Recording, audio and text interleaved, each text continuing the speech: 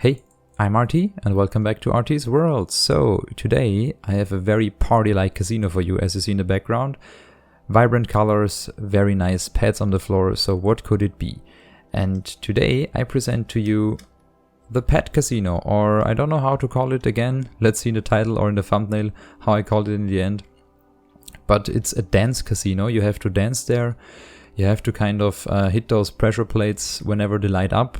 And again, as most of the videos recently, this came from a viewer suggestion, and the viewer Diamond Gamer XY said, "Love the ideas. Is it possible to make a dance machine where you do 6 perfect moves or so to win a prize? Where each game you do 6 new moves using a pad that has up, down, left and right arrows. The payment is diamonds, and he also wants the diamonds to be recycled and get moved to the prize chamber again if you pay them, so you never have to fill it up again." So first of all, thank you, really a lot of thanks to you for this suggestion, and I'm also very happy and very pleased if all of you suggest me some new ideas. If you want me to build something, make sure to write a comment. So, but now into the video. This time I will only explain to you the redstone tech behind this casino, and as you can see it's huge, so there will be no block by block tutorial this time, since it will take over, I guess, 3/4 of an hour to build it. So yeah, 50 minutes at least. So what's the hard part with these casinos you suggested? So you wanted me to build 4 arrows, up, down, left and right, but I ended up with 6 plates on the floor. So what the hell is going on here, you may ask? So I will explain to you. It is super hard to do fast casino machines in Minecraft. It's usually very easy for video games or stuff like that, since signal transmissions are instant. But it's very hard in Minecraft, and I'm not very good at super fast casinos yet. Maybe I will have to practice some more, but it's super hard. And basically you have to hit here, each of those 6 plates could light up, and only 3 will light up, as it says here. Hit all 3 active plates each round, and there are 3 rounds in total. So speed 2 potions are for free. That's a mistake. There are speed 1 potions, since I have time windows calibrated for all those plates. If you use speed 2, you're already too fast and you run into issues with the counting system. So speed 1 is really the maximum you can do, or you can do no speed at all. So I won't recommend this build on a server, to be precise. Usually you can do it in single player very well. You can do it also in small multiplayer worlds, but on a server I won't suggest it, even there are not that many hoppers. But it is super hard with the timings. If the server just lacks very short, it can mess up the timings in total, and your customers will be very unpleased with the experience. So yeah, that's basically what I wanted to tell you about those fast casinos. They're super hard to build, since white redstone is not instant. And for example, you have seen, or I can show it to you, if I throw in a diamond here, it will give me the speed potion, and then it will give me 3 pads, completely random out of those 6. But you can see that you have around 4 seconds time. Let's see the next round. 1, 2, 3, 4, 5. So we have 5 seconds of total amount of time that we can play around with those plates. However, this is just a delay, or just due to a delay in the system. Usually, that's I will explain to you later, but usually you have only 1, 2, 3, 4. You have around 4 seconds. So the lamps are on 1 second longer than they should be, and it's super hard to avoid that. And yeah, that's one of the main drawbacks of this casino build here, that the customer thinks he hit the plate during it's on, but actually the casino doesn't recognize it, since it's already off in theory in the calculation part, but it's not displayed right. So that's the issues you have with super fast casinos, and it's super hard to get around those. But nevertheless, I will start with the pads. So that's the heart of the casino. We have the pads with the pressure plates in the middle. We have 4 redstone torches lighting those lamps, and if you step on the pressure plate, the signal can't go downwards. It will only go upwards and depower this torch here, or unpower the torch there. So if now the randomizer is basically an extension, or this cyan circuit is just an extension of the randomizer. If it decides this slot is to light up, it will depower the torch on the bottom, and if this AND gate here, those two torches are depowered at the same time, so it's a short time window between pressing the button and hitting this pressure plate, we can see that we can light one of those lamps. And it does it by connecting this AND gate. So if the randomizer decides it's the turn for this one, we will power this pulse extender for a certain amount of time, 4 seconds to be precise, and we have 4 seconds to step on the pressure plate and depower the torch there, therefore lighting this torch, powering the red circuit, pulse extender, monostable circuit. It's just important that all 6 slots are connected here, that's why the red circuit is a little bit of a mess. It will go up and it will power this circuit here, and here we have a simple signal strength adder in green, where we add every time we hit the pressure plate at the right time window, we will add 1 signal strength. So now we add signal strength 3 already. And yeah, what it does then is it resets itself after a certain amount of time, as I told you, or if you hit the pressure plate. And now I want to go into the randomizer part. If we insert here a diamond, we have this item filter, we power this repeater for a short amount of time, power this blue circuit, go all the way down to this T flip-flop where we move this item from the right to the left, power this block here, power the green circuit, extend those 2 pistons so they would be here afterwards.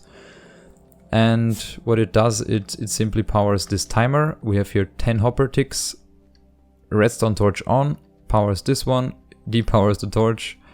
And I can show it to you, maybe with a button. So yeah, as you can see, they move to the right, they move to the left, and after some time, they get moved to the right again.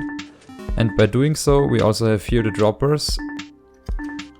And if it gets empty, it will get refilled again. So I know there's a lot of things happening here, but each round, yeah, now the signal can't propagate after 3 rounds, so we have here 2 of those polished buttons, or it doesn't matter, can be any item. But we have 2 in here, now it would be 6 rounds. It's always whatever is in here plus 1, that's the amount of rounds you get. And yeah, as you can see now I messed it up a little bit. Yeah, but it doesn't matter. If the 2 buttons get moved to the left, this comparator will turn off, this torch will turn on, and it will simply power this clock here, moving all the items from the left to the right. So we have 2 rounds to play, it will simply reset itself, and from there on, this signal here is the most important one. If this torch get light up 3 times in total, of course, since there are 3 rounds, we will power these OR gates. There are 50-50 OR gates. So we have here stone sword representing 2 signal strength and redstone dust representing 1 signal strength. One will randomly get moved to the right. And then we have here this OR gate with the piston. Either we have the left output or the back output, the right one. So we have 50% chance of hitting each of those outputs, and you cannot be sure which one it will be, and you cannot predict which one it will be. So it's completely random which lamps will turn on at the top. We have 3 of those gates in total. So we have 6 outputs since there are 2 options for each gate. And therefore we end up with those 6 pressure plates on the bottom or on the floor. And yeah, what it does then is it goes into the cyan wool lines, and they connect to each of those orange circuits with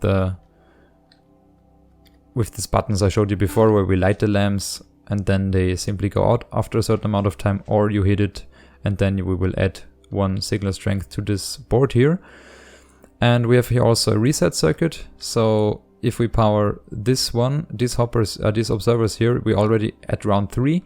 So we will power this line here, also move this item back, this stone sword back, so we reset the whole contraption.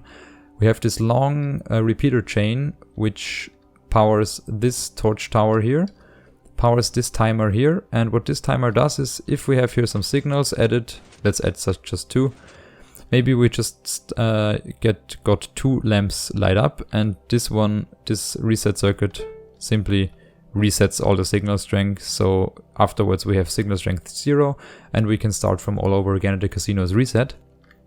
And it in addition powers this white circuit here, and this white circuit is just a pulse extender, a very long one, where we power basically the music.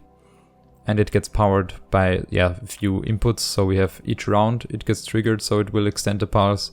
It will get triggered if we start the game, and it will get triggered at some point in this repeater chain to hear the music all the way to the end. And yeah, the last circuits I want to explain are those brown ones. They're pretty complicated since we have here quasi connectivity with those two hoppers here. Oh, come on. It's not hoppers, it's droppers, of course, but I have to go there. Those two droppers represent a T flip-flop with those lamps being on or off, but they're facing vertically into each other, so we have this quasi connectivity going on, and it's super annoying to have this. So we have to add in this additional circuit in brown here, and it's also the same reason why you can't have regular blocks one block above those droppers, for example, on the bottom. So that quasi connectivity is also going on here, and if you press the button or the lamp just powers, the observer detected, powers this block, powers this node block, and by quasi connectivity this dropper will get updated. Same goes for the bottom dropper, and that's why this whole contraption functions. It's super important to get those in. And here the last part is where we power the lamps. So we have here this simple torch mechanism where we power at each signal strength one lamp row more. And we have here at certain amounts, so signal strength 3, 6 and 9, we have those lines running into the corresponding iron, gold or diamond dropper. So, and let's try it out one more time at the end. So we simply place in our diamond into the dropper, into the hopper, it will get covered. We have now the time to get this portion here, and yeah, 1, 2, 3. Yeah, it was a little bit too late on the last one.